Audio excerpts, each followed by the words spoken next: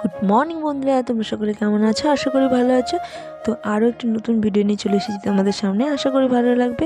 তো তোমাদের বলেছিলাম আমি হোটেলে রুম ট্যুর দেবো, তেমনভাবে রুম ট্যুর দিতে পারিনি। তো এই যে পৌঁছে গেছি রুমে। তো রুমে এই যে মেয়ে এসেই তো প্রথমে মোবাইল দেখাতে ব্যস্ত, আর এদিকে এটা ছিল রুম ট্যুর। তো এই যে দেখো ফ্রেশ হয়ে নিলাম, ফ্রেশ হয়ে এই যে বসে ভিডিও করছিলাম, আর এদিকে মেয়ে আর ওর বাবা স্নান করতে যাবে।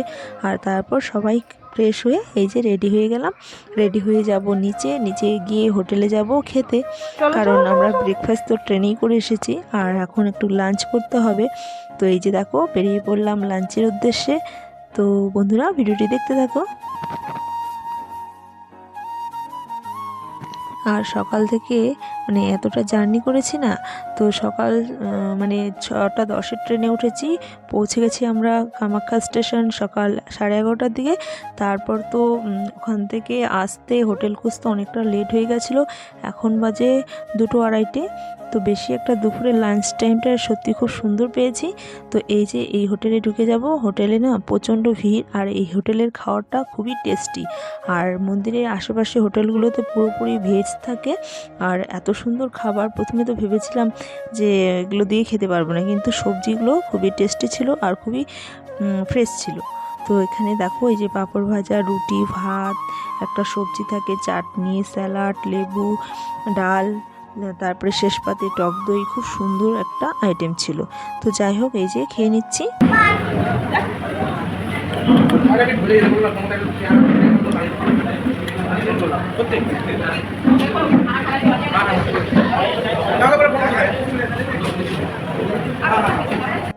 তো শেষ পাতে দই খেয়ে নিলাম, আর খাবারটা সত্যি খুব অসাধারণ ছিল, নিরামিষ ছিল কিন্তু খাবারটা টেস্টি ছিল, খেয়ে শান্তি পেলাম। তারপর হোটেলে চলে যাব। তো হোটেলে যাওয়ার আগে তোমাদের একটা জিনিস দেখাচ্ছি, কেউ যদি কখনো আসো তো এখানে এই খাবারটা মিস করো না, কারণ আমরা খেতে পারিনি। তো এখানে 12টা থেকে 4টা অবধি খাওয়ানো হয়, প্রসাদ খাওয়ানো হয়, খাওয়াটা অনেক সুন্দর খাবার দেয়। অমাবস্যা আর পূর্ণিমাতে শুনেছি আরও বেশি ভালো খাবার দেয়।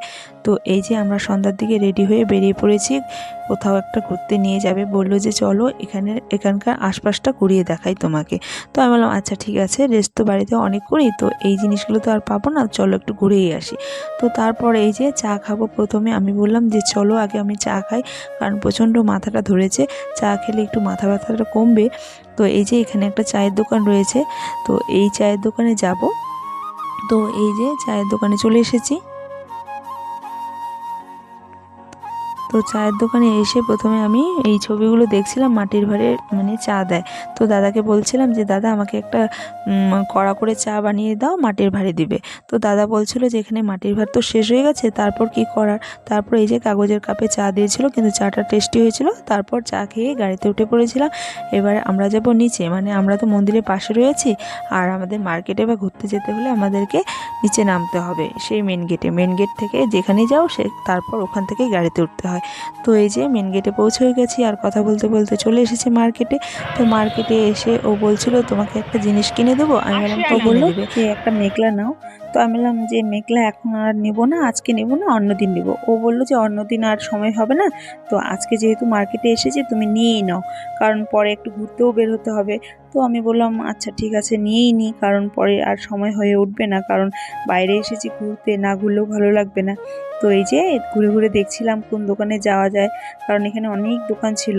তারপরে যে এখানে এক দোকানে মানে যাব। তারপরে এখানে অনেক আর কি মেঘলা চাদর ঝুলিয়ে রেখেছে, কুর্তি ঝুলিয়ে রেখেছে। তো এখানে ঝুলানো একটাও পছন্দ হয়নি। তো ওই যে দেখো এই যে এটা একটা ছিল, এখানে অনেক ছিল। তো ঘুরে ঘুরে দেখছিলাম, তারপর আবার ভিতর থেকেও দেখিয়েছিল। তো ভিতরেরগুলোও তেমনভাবে পছন্দ হয়নি। তারপর এটা পছন্দ হয়েছিল, উপরের মুগা কালারটা, এটা ছিল ওদের ট্রেডিশনাল কালার। যাই হোক এটা একটু পছন্দ হয়েছিল। তো বললাম যে আচ্ছা দাদা আপনি এটাকে সাইড করে রাখুন, আমি পাশের দোকান থেকে ঘুরে আসি। তো পাশের দোকানে গিয়ে অন্যটা পছন্দ হয়ে গেছিলো, এখান থেকে নেওয়াও হয়ে গেছে। তো আর সেটা আর নেওয়া হয়নি। যাই হোক তারপরে এই যে বাসে উঠে গেলাম, কারণ এখানে অনেকটা লেট হয়ে গেছে, পরে যদি বাস না পাই, তাই আর লেট করিনি। তো এই যে মেয়ে আমার সাথে ফটো তুলছিল, আর তারপরে এই যে মেয়েটা যেচ্ছিল এটা কিনবে, যাওয়ার সময় বলছিল কিনবে, কিন্তু ওকে বলেছিলাম যে ঠিক আছে বাবা, আসার পথে কিনে দিব। তারপর ওকে খেলনা কিনে দিলাম, এদিকে ও টুকিটাকি কিছু জিনিস নিয়ে নিল। আর আমি ঘুরে ঘুরে দেখছিলাম সুন্দর কাঠের তৈরি, বাঁশের তৈরি সুন্দর সুন্দর জিনিস ছিল ঘর সাজানো। আর মন্দিরটাও সুন্দর কাঠের তৈরি ছিল। আর এদিকে ময়ূর ছিল, এগুলো বাঁশের ছিল, বাঁশের কাপ ছিল, বোতল ছিল সুন্দর সুন্দর। আর এটা ওর ভাইয়ের জন্য নেবে বলছিল, আমি বললাম আচ্ছা ঠিক আছে নাও। তো এখানে কেনাকাটি হয়ে গেছে। আর দুপুরে যেই হোটেলটাতে খেয়েছিলাম আমরা ভাত, সেই হোটেলে চলে এসেছি। আর ওই হোটেলে না খাবারগুলো সত্যি খুব অসাধারণ। আর রাতে তেমন ভারী খাবার খাবো না, কারণ দুপুরের খাবারটা আমরা অনেকটা লেটে খেয়েছিলাম, 3টা সাড়ে 3টা, এখনও ওই মানে খাওয়াটাই হজম হয়নি। তো ভাবলাম যে হালকা কিছু খাই। তো ও বলল ও আলু পরোটা খাবে, আর আমি বললাম যে আমি ধোসা খাবো। তো এত বড় ধোসাটা একা আর খেতে পারিনি। যাই হোক, এখানে সাম্বার ছিল, চাটনি ছিল, চাটনি আর সাম্বারটা অসাধারণ খেতে হয়েছিল। আর তারপর এই যে চলে এসেছি রুমে। তো বন্ধুরা, আমার ভিডিও ভালো লাগলে লাইক, শেয়ার, কমেন্ট, সাবস্ক্রাইব করে দিও।